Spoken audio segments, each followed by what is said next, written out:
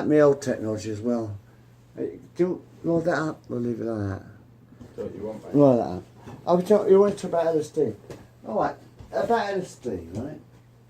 It's kind of like when you're on LSD, everything stays the same, but everything changes. How about that? You know? Yeah, yeah. It's kind of like you could have I took LSD for 20 fucking years, man. Since 1990 in Australia, believe it or not. Australia, which is still that prim proper country now, isn't it? I took LSD for about 20 years in Australia. And quite frankly, God, I'm skinny. I know. Does anyone know how to cook? Because I fucking don't. I don't know, I did a nice soup, that was alright. I did. Yeah, it was alright. I mean, It wasn't the greatest one yet. I'm working on. it was a bit like fucking juice. Well, that's the It wasn't a fruit juice, it was vegetable juice. God, I'm skinny. I need to get some food in my belly. Now I'm going home to Mummy on Sunday, actually. My mum's cooking me Sunday roast. I got roast pork on Sunday. That'd be nice. LSD. Well, when you're on LSD, it's like everything stays the same, but everything is different. Right? It's not... It is a sort kind of a hallucination, but it's not like from nothing. Do you know what I mean? No. It's like, for instance, that a picture on the wall. My first LSD trip I took, the first LSD trip I took, was in the Kiwi Bar in King's Cross in Australia, in Oxford. Not Oxford Street. King's Cross in Australia. Yes, King's Cross it was called, I think. You just named two English places there. King's Cross, Oxford. Precisely, but they're in Australia too. Oh, are they? Oxford Street's in Australia. Because I wasn't really out of the closet. Anyway, so we never really got to experience Oxford Street. Unfortunately, now they're not allowed to smoke. So we're not going to go down there. But Oxford Street was actually the gay capital of Sydney, Australia. Yeah, but I walked down the street once, but I didn't really go into any of the pubs because I hadn't come out yet, sort of at that point. So no, one night, and I was in King's Cross, which is the red light district of Sydney, sort of thing. It's also where all the travellers' hostels are, you see. It's full of travellers' hostels. It was. Probably all closed down now because you're not allowed. We used to smoke everywhere, man. 1990, everyone used to smoke everywhere, you know. You could even smoke on the beach or in the hostel or... You can smoke on the beach, can't you? Doubt it very much these days. I fucking had a cigarette on the beach the other day. I got to fill that stomach somehow. Yeah, and no, but I mean, the first trip I took, I looked at this photo and it was a calendar of some girl, and she started winking at me and smiling. I took LSD, first trip however, 1990. And I was sitting in the bar and sort of started getting kind of sort of like feeling high, and I was looking at this poster, and for some reason I was looking at this calendar.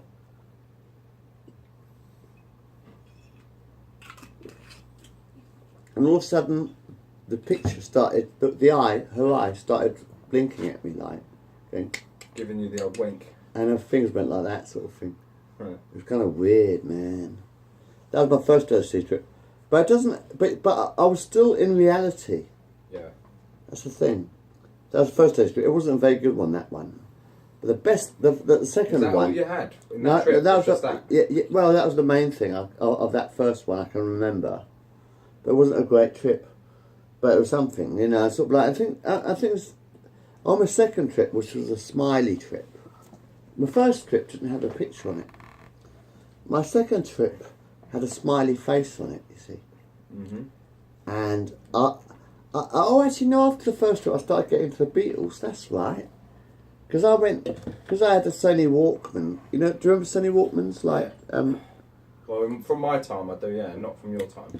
cassette Oh no, players, no. which you sort of like used to sort of strap to your waist, and headphones. So I bought myself a Sony Walkman sort of thing, you know, basically a cassette player on my hip, like, you know. Oh, I know. Where you And I go. really got into the Beatles at that point. That's exactly when I first started listening to the Beatles, after that first trip. right?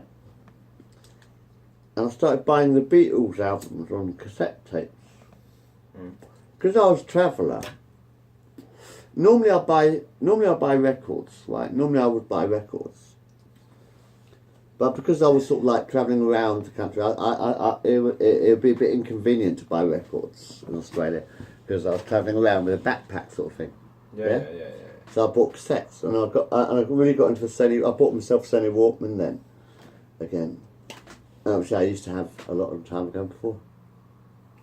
We had them in the 70s and 80s. Well. Yeah, we had them. Yeah. Obviously, they were a lot smaller and shit. But anyway, so I used to started buying the cassettes, the Beatles albums. And my second trip I took, right, once I'd bought my, I'd actually bought a Sony Walkman. I bought a Sony Walkman after the first one. I was listening to Sgt. Pepper on my second trip. It was a Smiley trip, actually, my second trip. I was listening to Sgt. Pepper on the headphones, how'd it go? I don't fucking know. God, dear.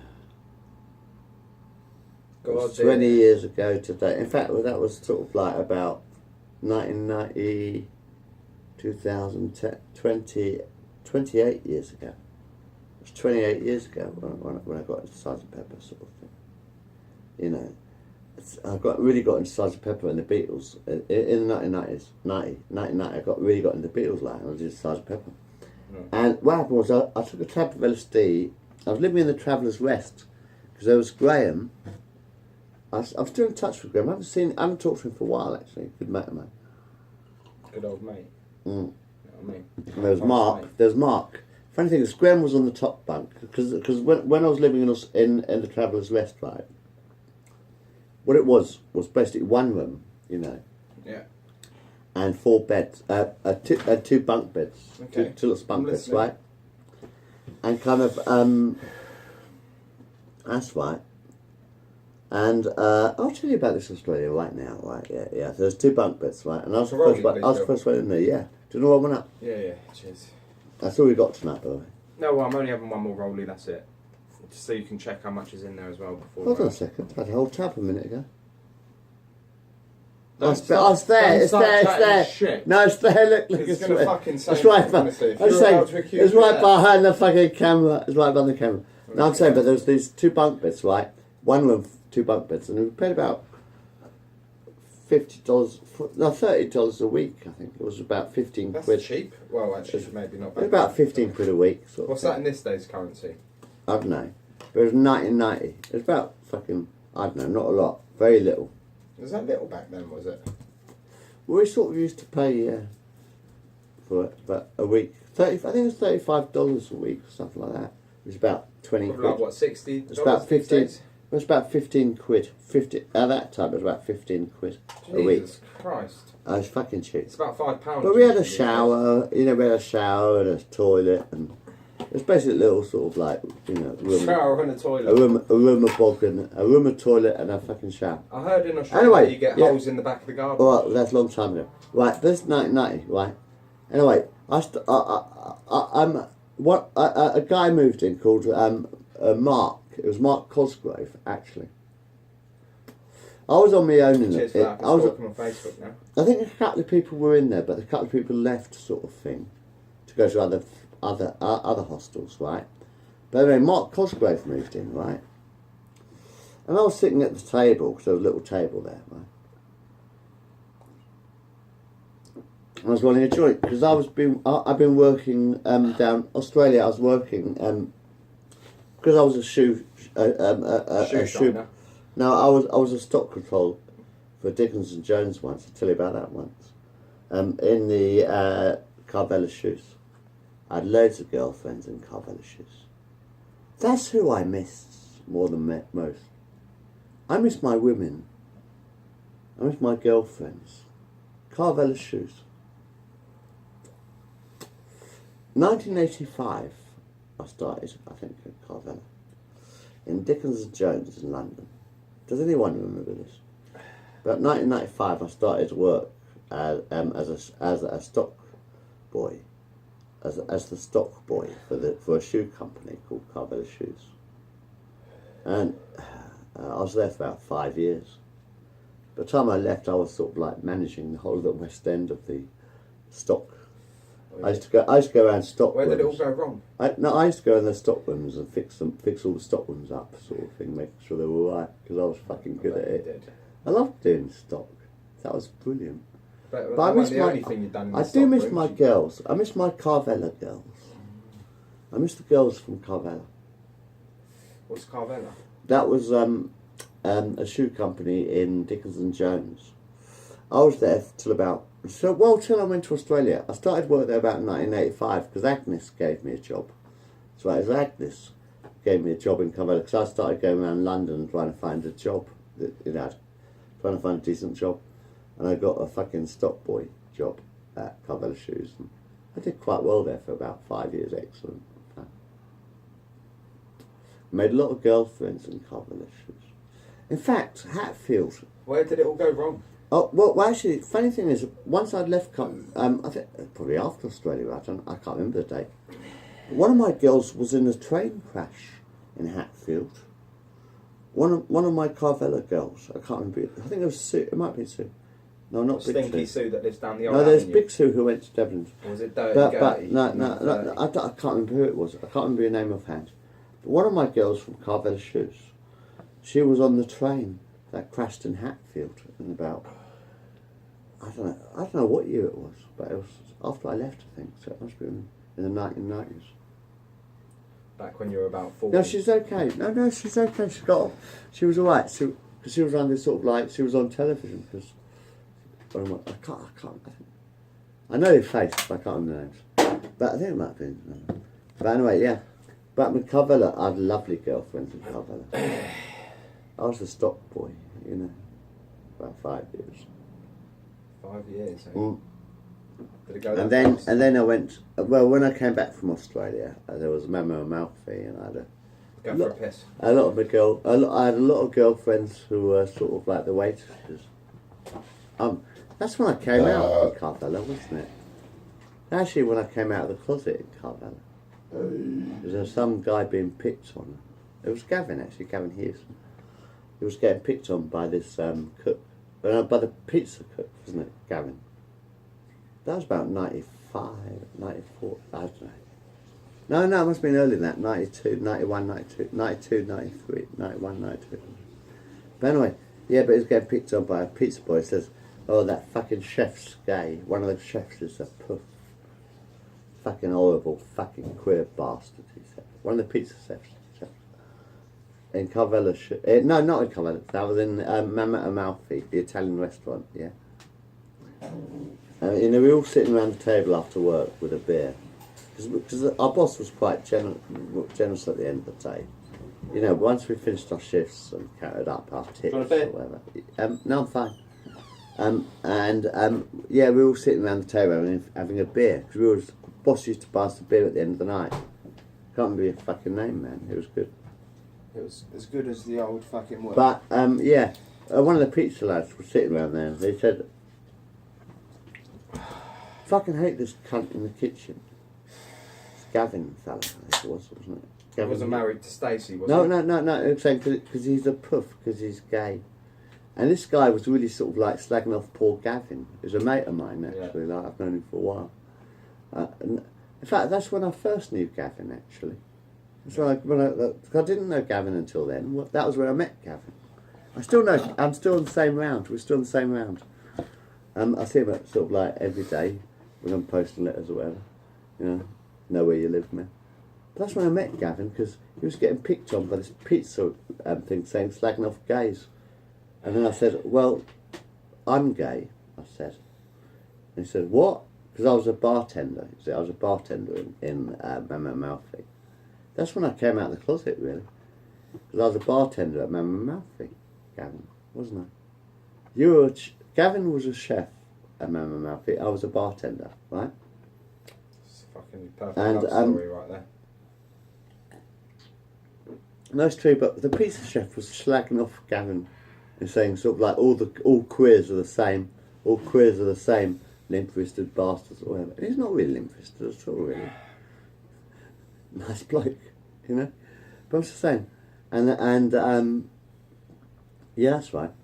And so I said, you don't like quiz, you hate quiz. But he was a mate of mine, you see. This is quite friendly. We were quite friendly, you know.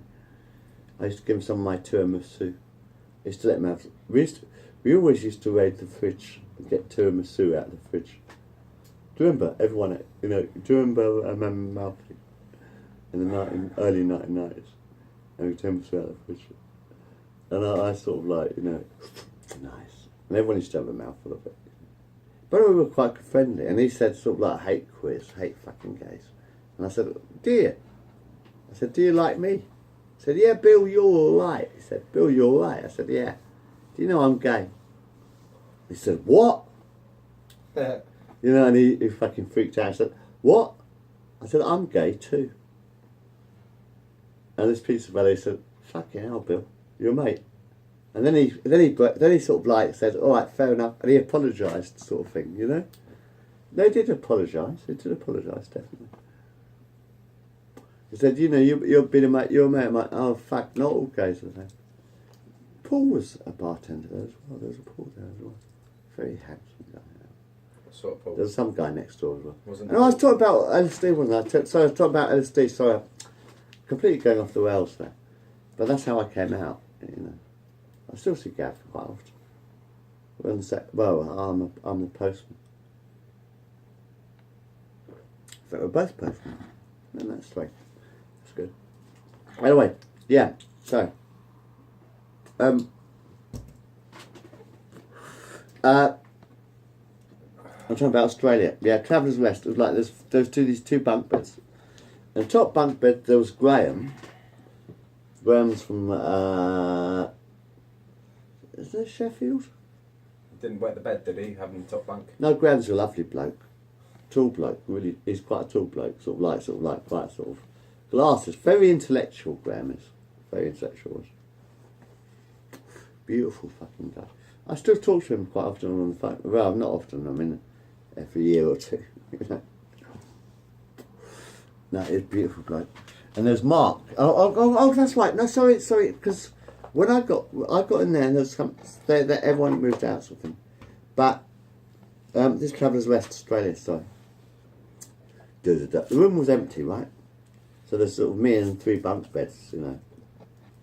And Mark Cosgrove moved in. No, Mark and Graham. I think we moved in about the same time. I'm not quite sure. And the Traveller's Rest, Sydney, Australia. Yeah? There's Graham and there was Mark Cosgrove here. Yeah? Anyway, one afternoon, I got home from work because I was working for a shoe company which I'd been linked up with. So I had a job. I managed to get a job. I think it was Gary in the shoes, wasn't it? We used to go down the pub at lunchtime. This was when Australia was Australia, man. Do you remember when Australia was Australia? I think it was Gary. Ginger hair, ginger moustache. You did have a moustache, didn't you? Yeah, Graham had a moustache. Yeah. No, it wasn't Graham. Sorry, I think it was Gary. I think it was. In Australia. Sydney, Australia. Anyway, we used to go down the pub after work, like. And they had horse racing. Do you know what they used to have? This Australian pubs. In 1990, pubs in Australia, they had fucking horse racing, right, in the pubs, right? And they had a betting system. How can horses race inside a pub? No, well, I don't know. But the point is, in England you have to go down to the bookie, don't you? Mm-hmm. To place a bet. But me and Gary, it was Gary, I'm pretty fucking sure it was, Ginger Gary, down from the shoes, Sydney, Australia, 1990. Yeah.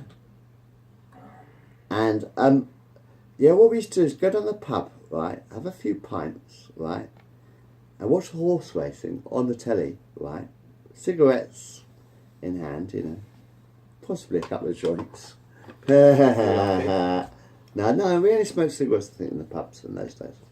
But, I mean, he used to sell me grass, actually. And, we used to sit in the fucking pub, lovely days that was, and watching the horse race.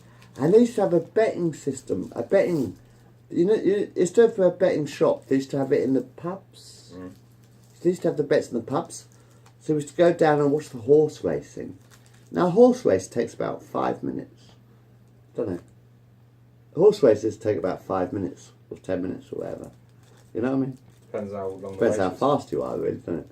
But yes, we did, and we used to place bets like $1 a bet. You know, we used to sort of place bets like $1 on a horse all afternoon. Mm. You know, when we weren't working, yeah, we used to go to the pub, smoking, drinking, and we used to place a bet on the horse like $1 or a couple of dollars or whatever on a horse. No, $1 normally actually, wasn't it? And he had about 5 or 6 races we used to sort of like sit and bet on. It was brilliant because you used to love watching the race and see who wins. It was fantastic. I love horse racing. I loved that in Australia. That was great. That was Sydney, Australia, wasn't it? You sure it was horse racing, not kangaroo? No, it was horse racing. It was Sure it definitely. wasn't kangaroos? Definitely. I remember that now. That was Gary. I Yeah, don't know. 'cause that's where I got my glass from. And bloody, you know, these days, you know, things change. But I mean, I remember that. I think Still you- Bill. I think you're talking shit. Still Bill. Anyway, sorry, I was talking about LSD. No, you weren't. Yes, I was. No, you were just speaking I about was. Australia. No, I'm going to talk about. Well, I am. But I mean, anyway, I was in the room and I was rolling a joint. Right now, it's all relevant. And Mark, This is the Bill Show, by the way, tonight, ladies Mark- and gentlemen. If you have not noticed already, it's the Bill Does Not Know How to Shut the Fuck Up show. And he is live tonight, down in Queensway, number 50. Tune in every fucking Friday for the same. anyway, Mark Cosgrove moved into the room. Right now, Mark is a Christian. Right, Mark Cosgrove is a Christian. Right, ginger hair, another ginger hair. Actually, Mark is. No, Mark had ginger hair too, and freckles. But he was a real fucking Christian. Jesus loves you and all that sort of thing. Geezer. Oh, he was a total cheat. Slice of pizza. He was a total fucking Scottish. He's from Edinburgh. I think it's Edinburgh. I'm pretty sure it's Edinburgh. Yeah, it was Edinburgh because I went up to see him once in Edinburgh. But he's a Jesus freak sort of thing, you know. He's sort of like, so I've always sort of hated religion. I didn't grow up in a religious world at all. Thank God. Can I pause it? No, let me put it on pause and go to the toilet. 'Cause I'm going to tell you about it more. Anyway, yes, I'm saying, Michael, I'm sorry, sorry about that later. Mark is a real Bible basher sort of guy. Lovely bloke though. Scottish guy. 1990, Traveller's Rest. And he kept going on about Jesus. I said, which Bible are you reading? Anyway, and I was rolling a joint one night, you know, I was rolling a joint. So I just started been smoking marijuana. I actually started smoking marijuana when I was with the Hunters, actually. When I really got... I mean, I used to smoke marijuana when I was a teenager, but I'll tell you about that later. Once or twice. But when I really got into marijuana, I was with the Hunters. That was brilliant in Melbourne. Yeah. But anyway, I'm talking about this LSD when I was about that. Anyway, I was rolling a joint. And Mark says, do you mind not smoking that here? I said, what? I said, do you mind not smoking that in the room? Because I'm a non-smoker. Because Mark hated cigarettes, didn't he? Mark, you hated cigarettes, didn't you? And he said, do you mind not smoking? So I said, all right, fair enough, we're sharing the same room. I'll go into the garden, I'll go outside to smoke it. So I went outside to smoke my cigarette. You know, 'cause he didn't like the smoke. Mark didn't like smoke. So that's fair enough, but we became really, really good friends. Yeah, I thought, you know, compromise a little bit sometimes here and there. You know, I don't mind compromising a little bit here and there. You know, we're living in the same room, and Mark is a non-smoker. Therefore, if I'm living in the same room, I'll say, right, I'll smoke outside. And as soon as I started smoking outside, we got on really well. Anyway, yes, he's a lovely bloke, actually. Considering I'm a fucking devil and he's a fucking Christian and all that. But, funniest guy, a lovely guy though, very beautiful guy. A lot of common sense, yes. Anyway, yes, that's where I met Mark. But, it was a funny old time. Yeah, I took LSD one night, anyway. And you know, when I took LSD, like really strong, good LSD, like, it was a Smiley, the second trip I took. I was thinking about life. I was lying on my bed, which is, and I was on the bottom bunk. There was Mark on the bottom bunk of the other one, and I think it might have been, I can't remember who it was. It wasn't that, fucking Swiss guy or something. I can't remember his fucking name. But there's someone else on the top bunk. But anyway, when I took LSD, I was on my own in the room, actually, at the time. I was on my own in the room. And like the floorboards, they're like sort of like the eyes of the woods, they sort of turned into sort of like human eyes. And had this sort of like triangle appeared in the centre of the woods, sort of thing, like that sort of thing. Like the eye of Harmony Max. And I could look through my entire history, and I was watching my entire history before me. What I'd already done, like. Because I was getting a bit homesick, I suppose. Maybe I was a little bit homesick. And I was looking at the eyes of the wood, and it just turned into pictures of my life. And I was sort of like watching reflections of my life coming to alive in the woods, sort of thing. So anyway, I was listening to Sergeant Pepper and all that, sort of like Lonely Hearts Club band. We hope you're having a little bit of fun. And anyway, I walked down to Botanical Gardens and all that, and the flowers, they literally... I was down in the Botanical Gardens, like, of Australia, and opposite the Sydney Opera House, sort of thing. And the flowers, they like sort of... I was walking, and they sort of turned into cellophane flowers, like in the song. You know, cellophane flowers of yellow and green, down over your head. That actually happened. It started... I was in the Botanical Gardens where all the tropical flowers are, like. And they started to actually look like, sort of like cellophane flowers, you know? So sort of like, it was beautiful, the Sergeant Pepper one was, man. And then it started raining. You know, with Lucian Sky with Diamonds, it started to rain. And the raindrops turned into rainbows. Little rainbows in the raindrops. In every raindrop I saw a rainbow. And the flowers were literally turned to cellophane and stuff like that. And they were all smiling at me. And then I started walking back to the hostel, and kind of like, because I was a bit nervous, I covered myself in this blanket of cosy love kind of thing. I sort of like had a love blanket, a love bubble. I pretended that I was in a love bubble so that I wouldn't get damaged on my way home, because I was a bit panicking because I was a bit high. Yeah. And so I built this little bubble around myself, and I was sort of like walking around with love bubble to get myself home, sort of thing. But that was quite weird. That was LSD, yeah. But I did it for 20 years, man. I could tell you 1,000 trips. But with LSD, what it is basically is like you're watching something, and then the picture, and then everything around starts maybe wobbling a little bit. Sometimes the furniture sort of like turns into rubber. So it's like the wood turns into rubber, or a guitar turns into a dragon. I was playing a song one night and my guitar turned into a dragon. You know what I mean? It's a bit like watching Harry Potter. Kind of weird, yeah. But it's sort of like, it's not exact, well, it is hallucinogenic, but what it does is like, it moulds reality for a little while. Yeah. Like you're still in the same world, yeah. Honestly, you're still in the same world, but everything's different. Everything goes a bit topsy-turvy sort of thing. I've had a Tom and Jerry trip, where I turned into Jerry, and I've had stuck in the ice outside. No, I was a Tom actually on that one. Can't remember. But I've had the weirdest fucking trips. I've been sort of like fucking Zebedee in the Magic Roundabout and done all that as well. That was good fun. But it's like it doesn't. It's not completely like everything goes completely whack. Where does it go wacky? But the point is, it's not like everything sort of like appears out of nowhere.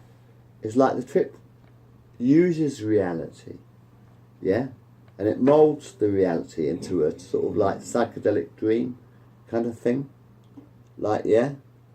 So it's like, you know, it's kind of like your sofa might turn into an armchair. King Kong. Your sofa might turn into the hand of King Kong when you're on an LSD trip. Your sofa might sort of like turn to the hand of King Kong. You wish. Or your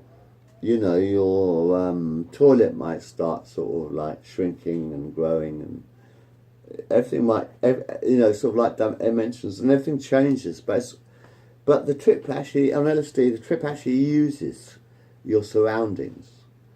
That's why I've always tried to do, because I did walk stark home naked once on the trip. I was tripping one night, and I turned to do a Red Indian, and I stripped stark bollock naked. And I walked all the way from my mummy and daddy's house to the Forum and back, stark bollock naked. Because Must I was have scared a few people. No, because it did actually. Because I was going to visit a spaceship. You see, I was a Red Indian. I turned to the Red Indian one night in my bedroom on LSD when I was living at home with my parents. And I decided to go and visit a spaceship. So I took all of my clothes off and I walked stark naked, totally stark naked, all the way to the bloody Asda car park, right? Because, and there was a spaceship waiting for me. It literally was, I remember the spaceship, there was a spaceship waiting for me. And then I walked back to the Forum and I was stark bollock naked and I forgot I was naked, so I had to go home.